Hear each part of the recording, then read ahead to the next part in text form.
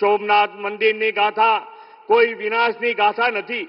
એ તો 1000 વર્ષથી આપણા અડગ સ્વાભિમાનની અને ક્યારેય અસત્ય સામે ન ઝૂકવાની વિરાસત છે.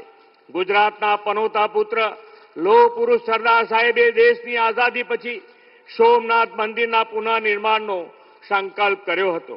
આ સંકલ્પને પૂર્ણ કરતું આજનું ભવ્ય મંદિર પથ્થર કે ઈંટોનું ચણતર નહીં, ભારતના આત્મવિશ્વાસ, આધ્યાત્મિકતા અને સરદાર સાહેબની દૃઢ સંકલ્પ શક્તિની વિરાસત છે. વડાપ્રધાન શ્રી મોદી સાહેબે આપણા શ્રદ્ધાના કેન્દ્રોની આવી વિરાસતને જાળવીને આધુનિક કાયાકલ્પ કરવાની સંસ્કૃતિ વિકસાવી છે.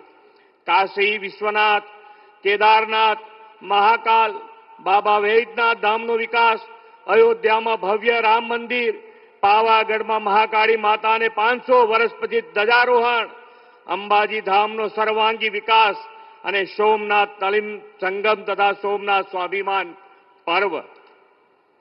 વડાપ્રધાનશ્રીએ યાત્રાધામોના આવા હોલિસ્ટિક ડેવલપમેન્ટની જે પરંપરા ઊભી કરી છે તે વિકસિત ભારત 2047નો આધ્યાત્મિક સ્તંભ છે.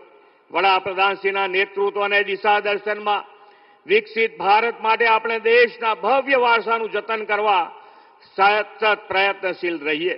વ્યક્તિગત જીવનમાં શ્રદ્ધા અને ભક્તિ વધારીને સામાજિક સદભાવના અને સમરસતા માટે કાર્યરત રહીએ. વિકસિત ભારત, આત્મનિર્ભર ભારતનું નિર્માણ આપણો મૂળ જીવન મંત્ર બનાવીએ.